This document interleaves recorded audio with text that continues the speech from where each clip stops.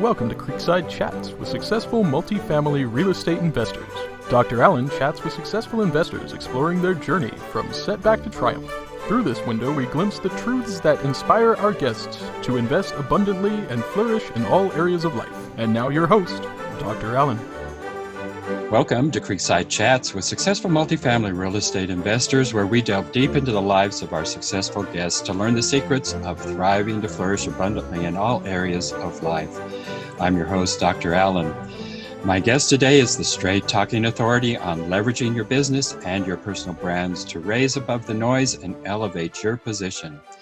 An accomplished entrepreneur, CEO, and dynamic speaker, he captivates audiences with his high-voltage presentations and real-world practical steps for audiences to implement immediately.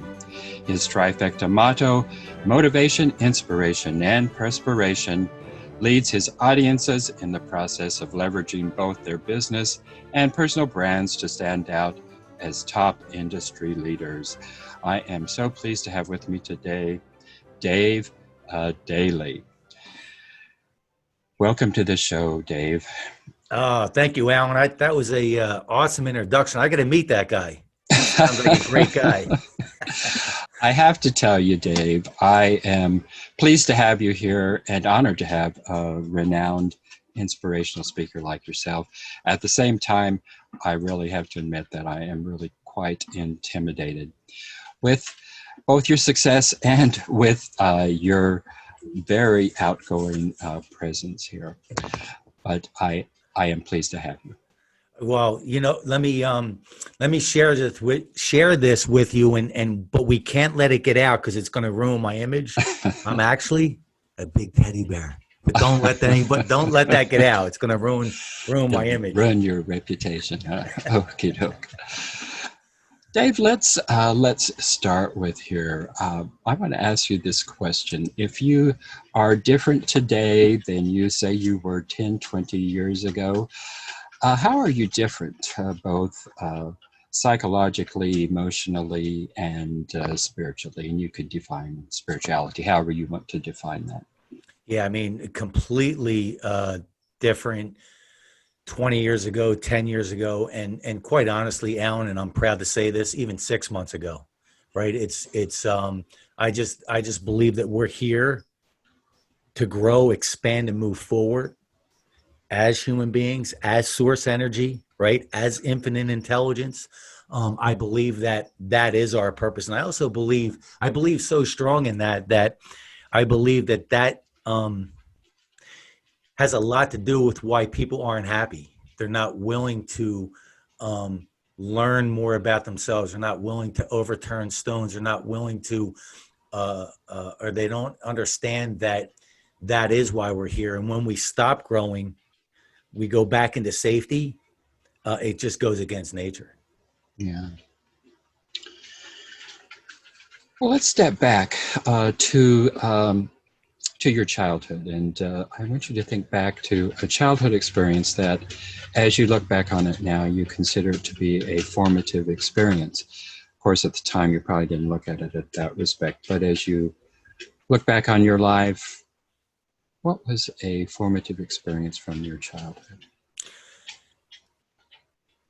I would say, looking back, I grew up in a push-pull environment. So what I mean by that is I kind of give you that 30,000-foot view. I was put up for adoption at birth. I was in an orphanage for the first 18 months of my life in North Philly. I'm from the East Coast. Mm-hmm. And left back in the second grade, diagnosed with ADD, said I had a learning disorder, and never graduated high school. So when I say I was brought up in a push-pull environment, here's what I mean. I was told by the experts that I'm not supposed to win because I couldn't learn in that cookie-cutter mode. But my mom was absolutely 100% my biggest fan till the day that she transitioned over, and never bought in to the experts saying that there must be something wrong with him. He must be broke. She would tell, and I'm going to answer your question now, once I gave that context, she used to say to me, now my mom and dad, when they adopted me, were in their middle 40s. So they were 2 generations ahead. So I actually grew up and was raised in the World War II generation. Mm. And that generation was simply this. My dad said, lace up your boots, get to work. Nobody wants to hear it. But my mom would tell me growing up that I was a gift from God. Mm. And that absolutely molded my self-image. Wow. Yeah. Yeah, that is phenomenal. I've said this before on this show before, but there was a study conducted at Harvard. They published, as far as I know, the last publication of this was, they entitled it 75 Years in the Making. And what they did is they followed, I think it was 350 or so Harvard men from whenever they started this, whether it was the late 20s or early 30s, I can't remember. But they followed their lives in detail. I mean, they took in-depth psychological interviews, studied their cultural and social backgrounds, and they measured their height, their weight, their interests. They went so far as to measure the length of their scrotums. I don't know what that has to do with success, but for whatever reason, they did that. And so they followed them with in-depth interviews throughout the course of their life. And so 75 years in the making, they had been following these men for 75 years. One of the findings they found was that the most successful men, and this was not just financially, but successful in marriage and successful in their social cultural lives as well as financially, the most successful men had the warmest and closest relationships with their mothers. So you can count your mother as being a part of your success here.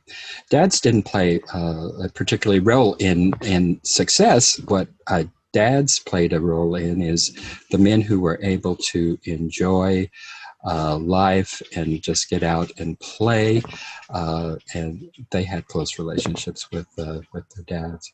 But it was the moms who molded future success. So yeah, thank your mom. Oh, 1,000%. And what makes it even more impactful for me and really drives home the universe and energy and like energy attracts like energy. We didn't share blood, right? But Mm-hmm. the universe aligned us in the very beginning, or maybe even before that, depending on what you believe in, that like energy. Wow, I like that. Yeah, neat. Well, tell us about a fork in your road that you came to. That was a deciding factor in your life. Yeah, I mean, there's so many, but I'll share this with you. It's in my book. So my very first business that I built and sold from 1995 to 2000 was a public adjusting firm in right outside of Philadelphia, right outside of Northeast Philly.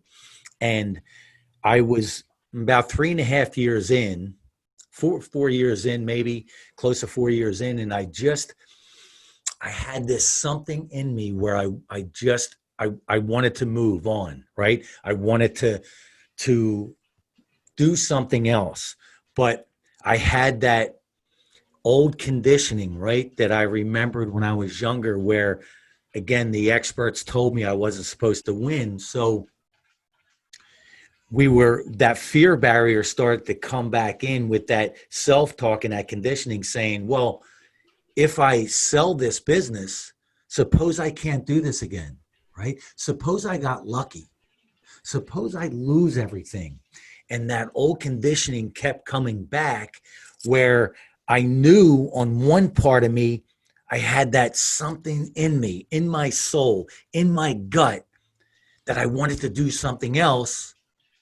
But then at the same time, I had that other thing on my shoulder saying, you might have got lucky. you might not be able to do this again. So what happened was, I was married at the time, and my wife said, why don't we take a long weekend up at my parents' house up in Vermont, and let's just chill, because I'm beating myself up over this, trying to figure this out. So long story short, we took a long weekend.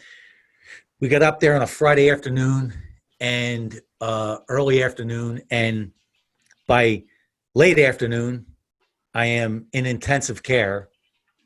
I had a motorcycle accident. When we got up there, I jumped on my brother-in-law's motorcycle, lost control, hit a boulder, broke everything on his side, punctured a lung, and they had me in intensive care that night. And it's a little town, Manchester, Vermont, that if I had internal bleeding, they would have had to helicopter me over to Manhattan, because they didn't have they didn't have everything at the hospital if I had internal bleeding. I didn't have internal bleeding, but they kept me in intensive care for 4 days, I believe, right? And I share that because that was a huge transition. When I got out, when I got home, it took me about 4 or 5 months to even to go through this rehab, but I realized that life taught me a lesson. Everything can change within a second.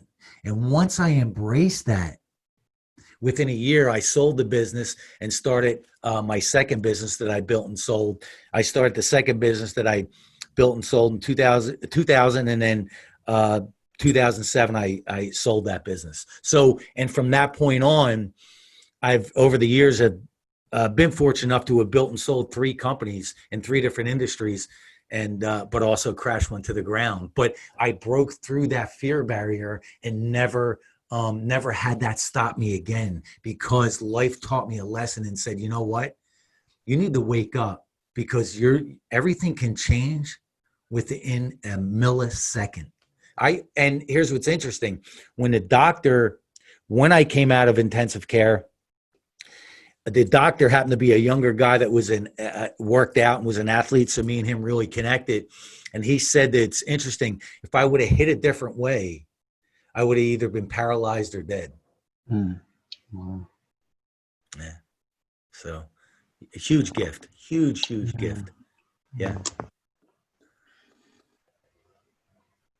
Well, can you go into a little bit more detail as to discovering this gift that life can change in an instant? Could you give us some specific examples how you took that lesson and specifically applied it to the ability to sell this business in a year and get on with something else that was more interesting to you? Yeah, it was that aha moment as I was sitting there going through this rehab, saying, and still having a business to run, right? Still, after the accident, it was about a year, about a year by the time I sold that, moved on. And that was it. That was, I couldn't working out for me, being physical is a big zen for me, right? I've always been an athlete, and I love working out, and I love I love that whole part of who I am. And that was taken away from me for a while too, for a few months. And that whole package that life gave me, that whole gift that life gave me, was this can be taken away so quickly. It was very humbling, but at the same time, it was so empowering, right? Now I had this second opportunity. I had this second chance, right? And now I'm just going to run with it. Now I am going to lace up my boots, get to work, and keep moving forward. And it was I say this, Alan, look, at the end of the day, life makes the rules. I don't make the rules. You don't make the rules. And the clearer the rules are in your mind, the easier this game of life is. And here's what I mean by that. When we have things that come up, you can perceive them and take action with them one or two ways. They're either going to be your heaviest anchor, or your strongest propeller, but you get to decide. And yeah, and it was just game on from there on. And again, that fear barrier never creeped in enough to ever stifle me and stop me from moving on.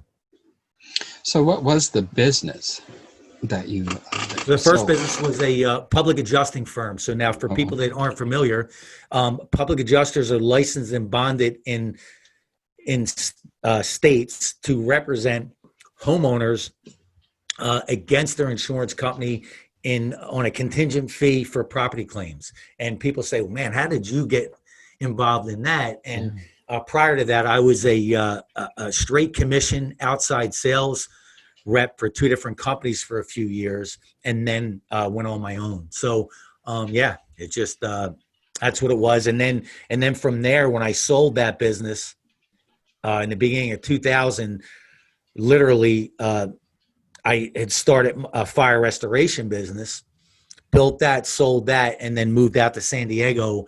Had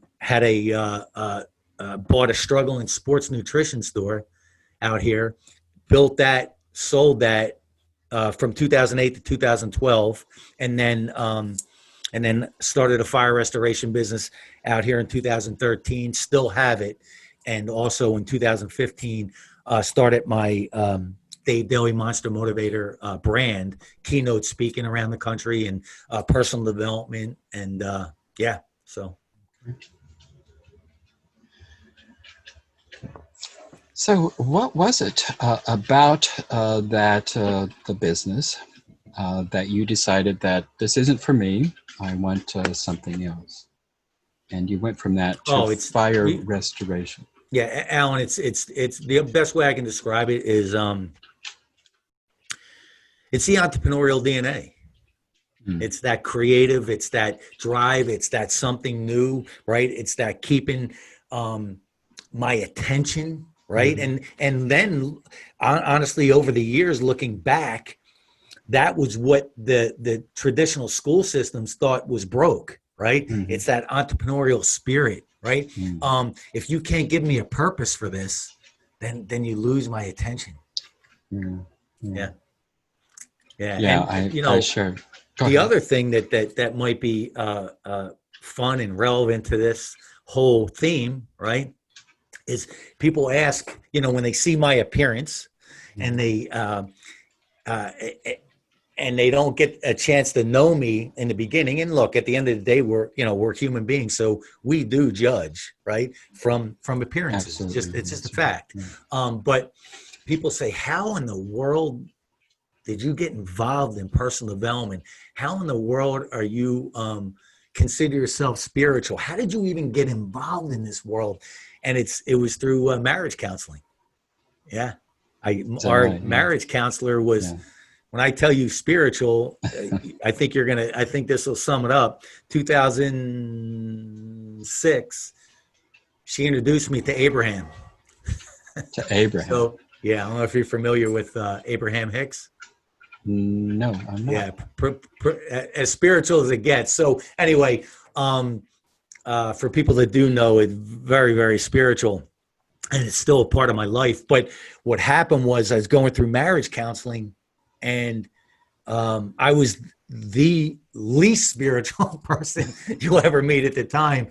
But what happened, to make a long story short, as she was starting to share things with me about the universe, about energy, about the law of attraction, I was so intrigued that I would find myself from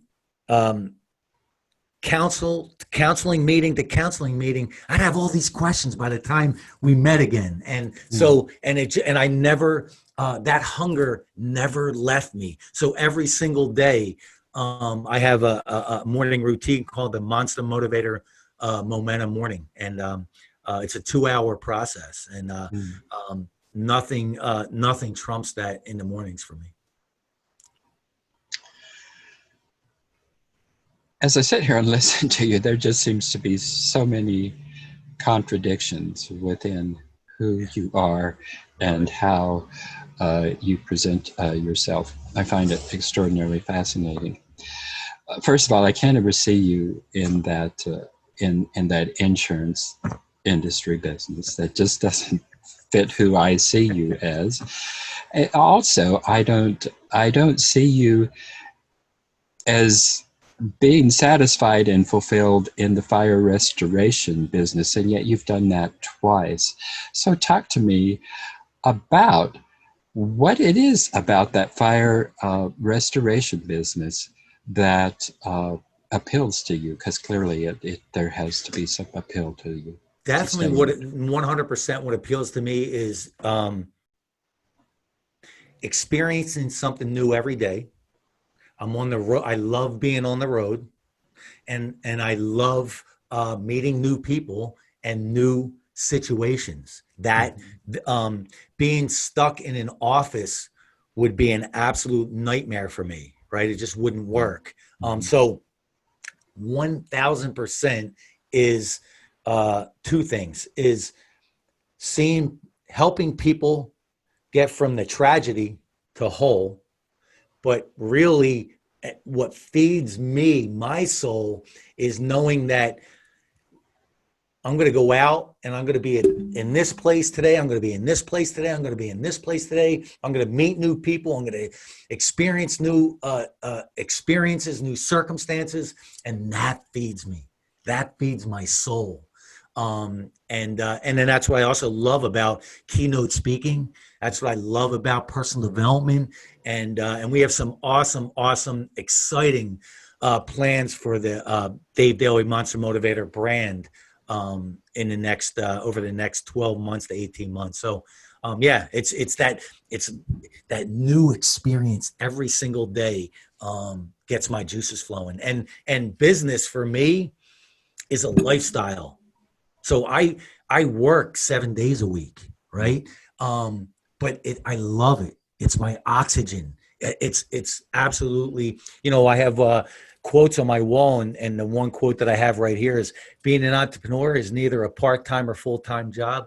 It's a lifestyle. It's a lifestyle. Yeah. And I also believe that, and there's no right or wrong, I also believe there's a difference between a business owner and an entrepreneur. Yeah, I was talking a few days ago to a very accomplished business person who has been in business in various different businesses for the last 40 years and has taken advice and is also an advisor for the last 20 years. And he said, this aspect of balancing your business and your life, he said, it just doesn't happen. He said, it's an integration. And if you want to be successful in business, it has to be an integration in your life. He said, some days you'll work 18 hours, some days you'll work 4, some days you won't work at all, but it's an integration in your life. So, yeah. And you know what that maps back to? One of the most important aspects of success, personal or business, self-awareness. Yeah. Knowing who you are, right? And what I'm a big believer that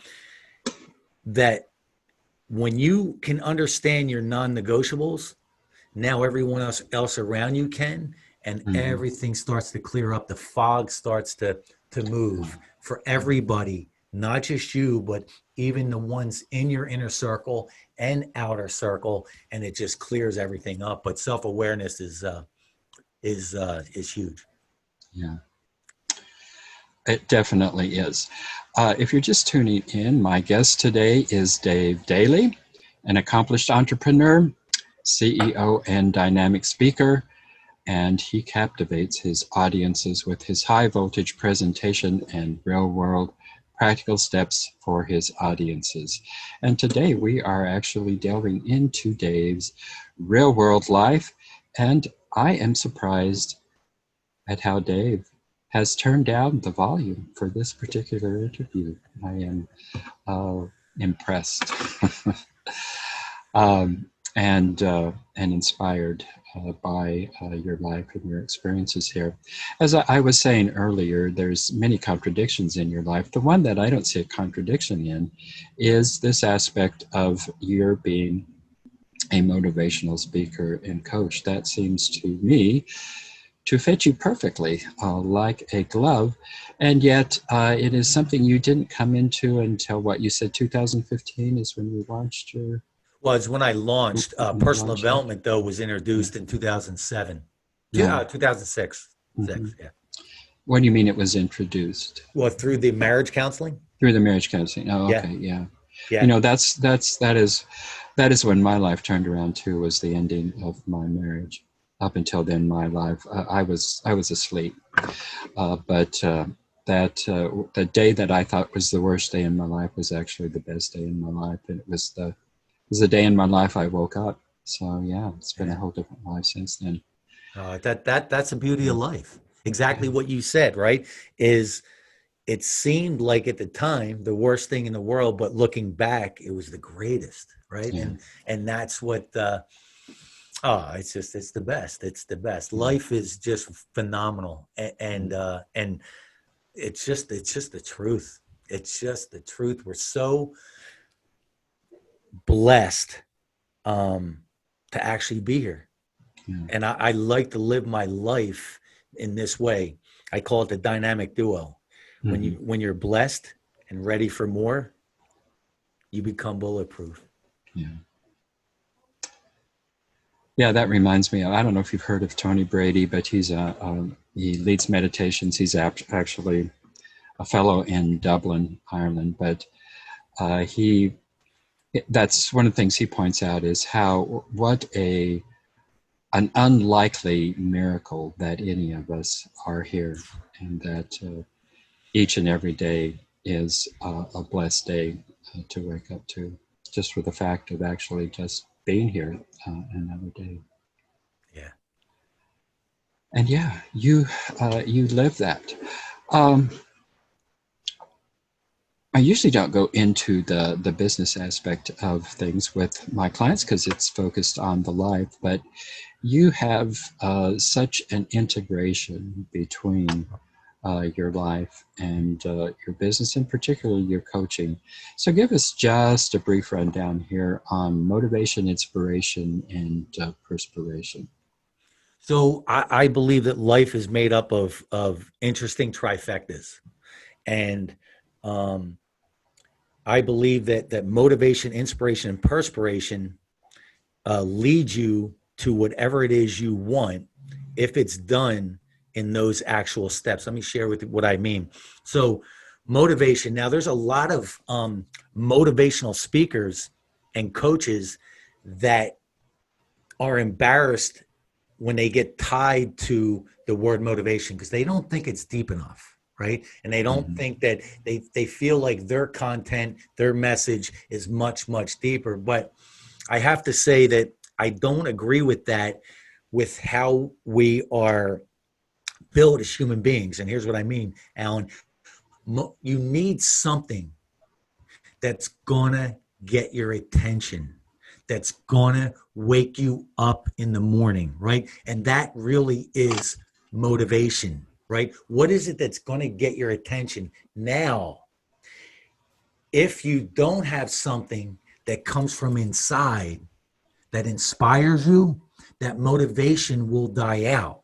So when you can find something that gets you up in the morning and then tie into that inside why, right? What is it? Now that's going to carry that and create momentum for that motivation, marry that inspiration, and nothing happens without perspiration, inspired action. And there's a big difference in my mind on hustle and grind and inspired action. Inspired action maps back to belief. Inspired action is what is considered lifestyle, right? Hustle and grind, that flame goes out. Inspired action, that flame never goes out. So if you think about this, motivation, inspiration, and perspiration. Motivation is that target, that goal. Inspiration is that why. And perspiration is that inspired action. Here's what's interesting though. If you do it in reverse, you're going to lose. So if you're taking all this action, hustle and grind without identifying, that goal, that direction, without identifying that why, that inspiration, you're just going to chase your tail and eventually give up. So motivation, inspiration, and perspiration, I believe, is the trifecta in life. Beautiful. Appreciate that, Dave.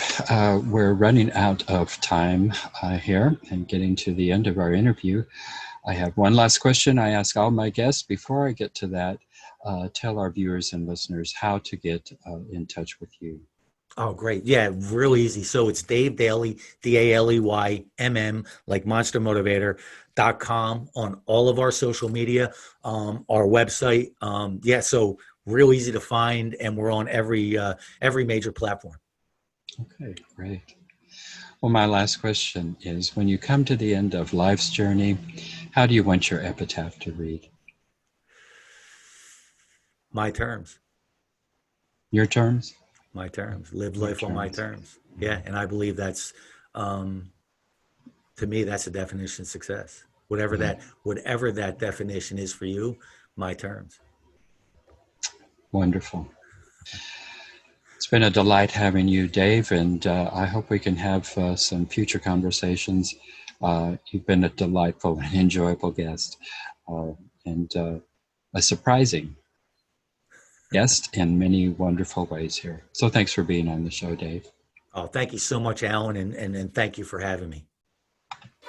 Thank you for tuning in to Creekside Chats with successful multifamily real estate investors, brought to you by Steed Talker Capital. Steed Talker Capital works with both new and established investors nationwide, creating opportunities to flourish in all areas of life. As part of our efforts to make the world a better place, Steed Talker Capital contributes to activities and organizations committed to better understand the equine. These endeavors attempt to enhance the human treatment of horses worldwide. Steed Talker Capital, working for a world where all creatures great and small flourish abundantly. For resources to enhance your well-being through multifamily real estate investment, connect with us online at capital.steedtalker.com.